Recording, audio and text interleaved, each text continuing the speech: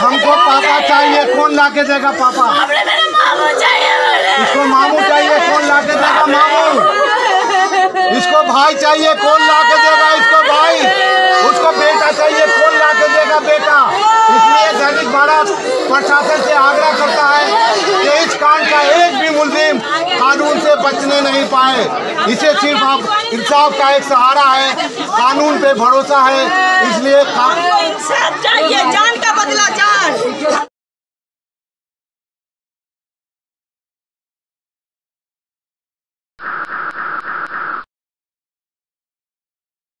Mall मारपीट कांड में घायल युवक जिलानी की पटना में हुई मौत, लाश पहुंचते ही घर में मचा कोहराम।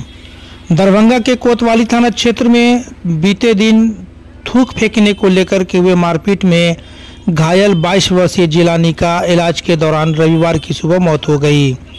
मौत की खबर आते ही परिवार में कोहराम मच गया, सभी का रो रो कर बुरा हाल था। परिजन जिलानी के बेहतर इलाज के लिए स्थानीय निजी अस्पताल दरभंगा से लेकर पटना चले गए थे। कोतवाली थाना अध्यक्ष राहुल कुमार ने बताया कि घायल युवक के परिजन शनिवार की दोपहर बाद बेहतर इलाज के लिए पटना ले गए थे, लेकिन रविवार की सुबह उसकी मौत हो जाने की सूचना प्राप्त हुई है। मौत के बाद मोहम्मद जिलानी का पोस्टमार्टम पीएमसीएच में कराया जा रहा है। देर शाम तक जिलानी का शव दरभंगा लाया जा चुका है।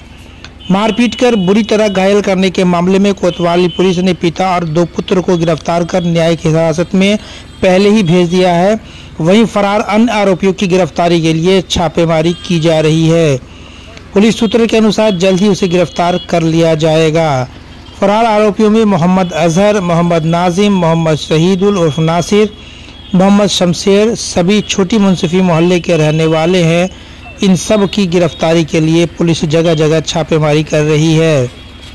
बता दें कि कोतवाली थाना से महज कुछ ही दूरी पे स्मार्ट बाजार की सीसीटीवी फुटेज में दिखाई दे रहा है कि मोहम्मद जिलानी मोहम्मद शाहनवाज के साथ बाताबाती हो रही है, जिसे बाजार के स्टाफ ने दोनों को अलग अलग कर दिया। फिर दोनों अलग अलग खरीदारी करने लगे। आरोप है कि स्मार्ट बाजार से ही शाहनवाज ने अपने पिता सहित अन्य लोगों को मोबाइल से सूचना दे दी कि उनके साथ मारपीट हुई है। सभी लोग स्मार्ट बाजार के बाहर सड़क पर जिलानी का इंतजार कर रहे थे। जैसे ही जिलानी सड़क पर पहुंचे, लोगों ने बुरी तरह पिटाई करने के बाद उसे घायल कर दिया। यदि स्मार्ट बाजार के कैंपस में बाहर आने जाने वाले गेट के हिस्से पर सीसीटीवी कैमरा लगा होता तो मारपीट करने वाले अन्य लोगों की भी पहचान हो सकती थी। दरभंगा से सैयद अख्तर हसन की रिपोर्ट। ये है कि जैसा आप लोगों को कल जानकारी थी कि 20 तारीख को कांड संख्या 19/24 कोतवाली थाना में दर्ज कराया गया था जैसा खातून के द्वारा, जिसमें उन्होंने बताया था कि उनके पुत्र को कुछ लोगों के द्वारा मार के गंभीर रूप से जख्मी कर दिया। लड़का अभी नाजरत है, उसकी स्थिति गंभीर बनी हुई है और तत्परता दिखाते हुए टेक्निकल संसाधनों के आधार पर गोली पुलिस महोदय द्वारा टीम का गठन किया गया और कोतवाली के थाना ने स्वयं छापेमारी करते हुए मधुबनी से जो 3 मुख्य अभियुक्त हैं, मोहम्मद साहिल पिता मोहम्मद इमाम, शाहनवाज पिता मोहम्मद इमाम और मोहम्मद इमाम पिता का नाम नामालूम, इन तीनों को गिरफ्तार कर लिया गया है और फॉरवर्ड किया गया है। देखिए, जैसा कि बताया गया, कारण ऐसा कुछ स्पष्ट नहीं था, ना कोई पुरानी रंजिश थी और ना ही कोई प्री प्लान ये एक्शन था। स्मार्ट बाजार में अंदर शॉपिंग के दौरान लोगों के आपस में कुछ झड़प हुई, हल्का सा वीडियो में जैसा दिख रहा है हल्का सा डंडा टकराया, उसको कुछ विवाद हुआ और लोगों ने अपने साथियों को बाहर बुला लिया और स्मार्ट बाजार के थोड़ी दूर रोड के अपोजिट साइड में मारपीट हुई। मारपीट में पास पड़े हुए एक बांस के बल्ले से उसके सर पर वार हो गया लड़ाई क्रम में, जिससे गंभीर रूप से चोटिल हो गया। सर, जो युवक घायल हुआ है वो कहाँ का रहने वाला है? जो घायल हुआ है वो सेनापत का रहने वाला है। और जिसने मारा वो कहाँ का रहने वाला है? वो भी आसपास के ही हैं, टेढ़ी बाजार के हैं, पुरानी मुंसिपी के हैं। तीनों को मधुबनी से गिरफ्तार किया गया। तीनों को मधुबनी से देर रात गिरफ्तार किया गया।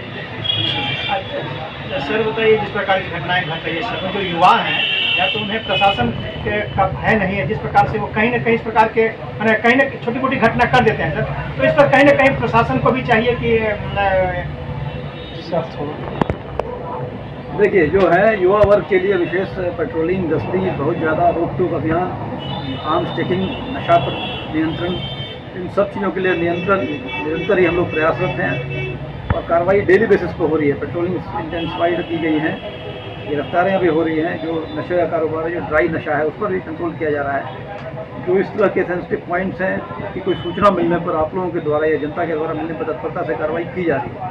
बावजूद इसके, जैसा मैंने बताया कि लड़कों का, युवा वर्ग के लड़कों का बनाव इंसिडेंट था, जो एकाएक ही मामला बढ़ गया और दुर्भाग्यवश कहा जाए कि सर पे लग गया, बांस के बल्ले से मारा गया था। स्पष्ट है कि कोई सुनियोजित नहीं था, कोई हथियार से लैस होकर लोग नहीं आए थे, वहाँ पड़े हुए बांस के बल्ले से सर पे प्रहार हो गया, जिससे स्थिति बन गई। शहर में माइनर भी है सर। विवाद शुरू हुआ था थूक फेंकने से, आरोपितों के द्वारा थूक फेंका गया, तो कितना इसमें सत्यता? ये भी आ रहा है जानकारी में, मामला ये भी आया है कि हाँ थूक दिया गया था। अच्छा सर, एक अंतिम सवाल सर, शहर में जिस प्रकार से बड़े बड़े मॉल, व्यावसायिक प्रतिष्ठान या चौक चौराहे पर जो है इस तरह के व्यावसायिक प्रतिष्ठान होते हैं या मॉल होते हैं, वो आकर्षण का केंद्र युवाओं के लिए रहते ही हैं। वहाँ देखिए पार्क टाइप का जगह डेवलप भी किया जाता है, लोग बैठते हैं, उतना बैठना सामान्य सी चीज़ है।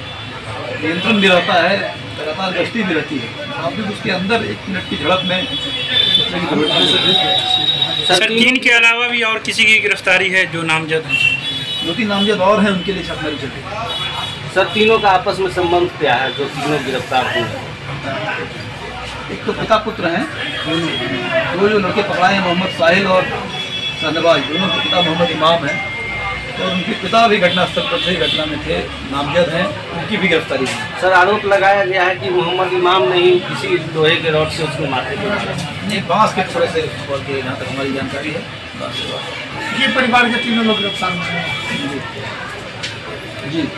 सर सुरक्षा के मद्देनज़र बिग बाज़ार के पास क्या प्रशासन की नियुक्ति की जाएगी? प्रशासन की नज़र रहती है, विशेष नज़र रहती है। दरभंगा सहित देश और दुनिया की खास खबरों को देखने के लिए देखते रहे HDNN न्यूज़। अगर आपने हमारा चैनल सब्सक्राइब नहीं किया है तो अभी सब्सक्राइब कर हमारा सहयोग करें। धन्यवाद।